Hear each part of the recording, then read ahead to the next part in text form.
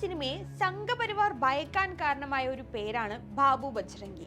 സിനിമയിൽ അഭിമന്യു സിംഗ് അവതരിപ്പിച്ച ബൽരാജ് പട്ടേൽ എന്ന കഥാപാത്രം ആരെയാണ് അനുസ്മരിപ്പിക്കുന്നത്?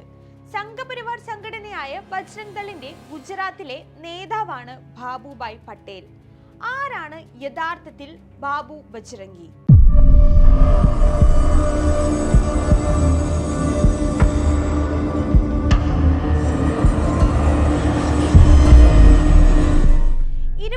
വർഷങ്ങൾക്ക് മുൻപ് 2002 ഫെബ്രുവരി 27 രാജ്യം കണ്ട ഏറ്റവും വലിയ ക്രൂരമായ വംശഹത്യക്ക് സാക്ഷിയായ ദിവസം.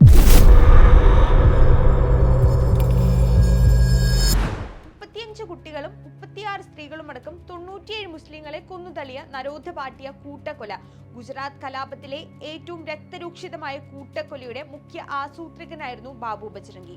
നിലവിൽ ജീവപര്യന്തം കഠിന തടവ് ശിക്ഷിക്കപ്പെട്ട് ഇയാൾ പരോളിലാണ്.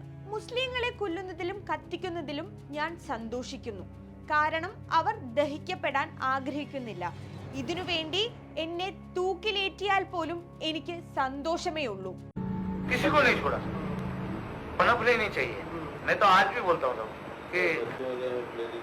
कुछ भी हो, लेडीज हो, बच्चे हो, कुछ भी हो, काटने से कुछ मारो, काटो, जलाना। कैसा लगता है जब मारते हैं? कैसा मजा आता है ना सब। उसको मार के आके घर पे सो गए.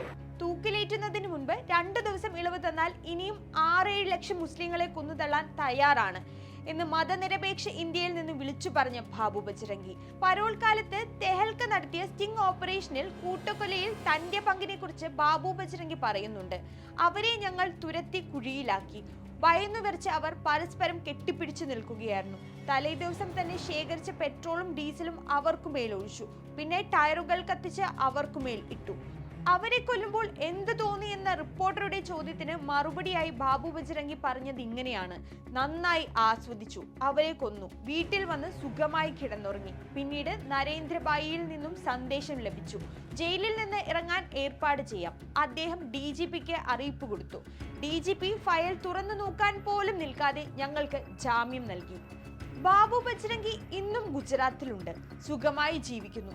ആരോഗ്യ പ്രശ്നങ്ങൾ കാണിച്ച് ജയിൽവാസം ഒഴിവാക്കാൻ ബാബു ബജ്രംഗിക്ക് അവിടുത്തെ ഭരണകൂടം ഒത്താശ നൽകിയെന്ന ആരോപണവുമുണ്ട്. പൃഥ്വിരാജ് സംവിധാനം ചെയ്ത എമ്പുരാൻ സിനിമയിൽ ബൽരാജ് പട്ടേൽ എന്ന കഥാപാത്രമാണ് ബാബു ബജ്രംഗിയെ വീണ്ടും സമൂഹ മാധ്യമങ്ങളിലും മറ്റും സജീവ ചർച്ചയാക്കി മാറ്റിയിരിക്കുന്നത്.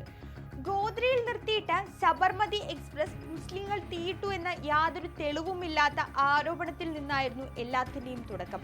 പിന്നീട് അത് ഇന്ത്യൻ ഫാസിസം, ഇന്ത്യൻ മതനിരപേക്ഷതയ്ക്ക് നേരെ അഴിച്ചുവിട്ട ആക്രമണത്തിന്റെ നേർക്കാഴ്ചയായി. ഇന്ത്യ കണ്ട ഏറ്റവും വലിയ വംശഹത്യയെ ഓർമ്മിപ്പിച്ചതാണ് അതിന് നേതൃത്വം നൽകിയവരെ ചൊടിപ്പിച്ചതിനും വിഷമിപ്പിച്ചതിനും കാരണം.